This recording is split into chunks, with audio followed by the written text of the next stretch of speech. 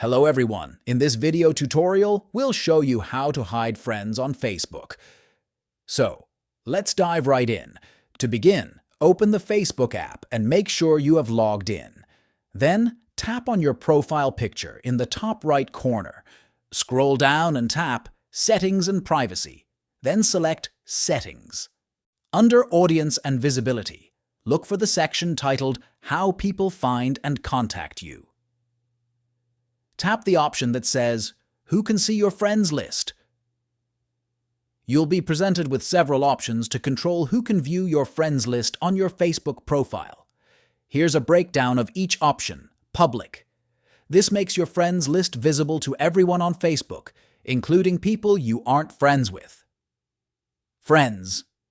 This option restricts visibility to your Facebook friends only.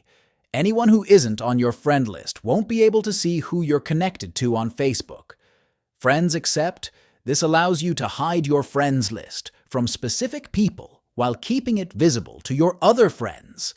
You can select the friends you want to exclude by tapping Friends Accept and then searching for their names. Specific Friends.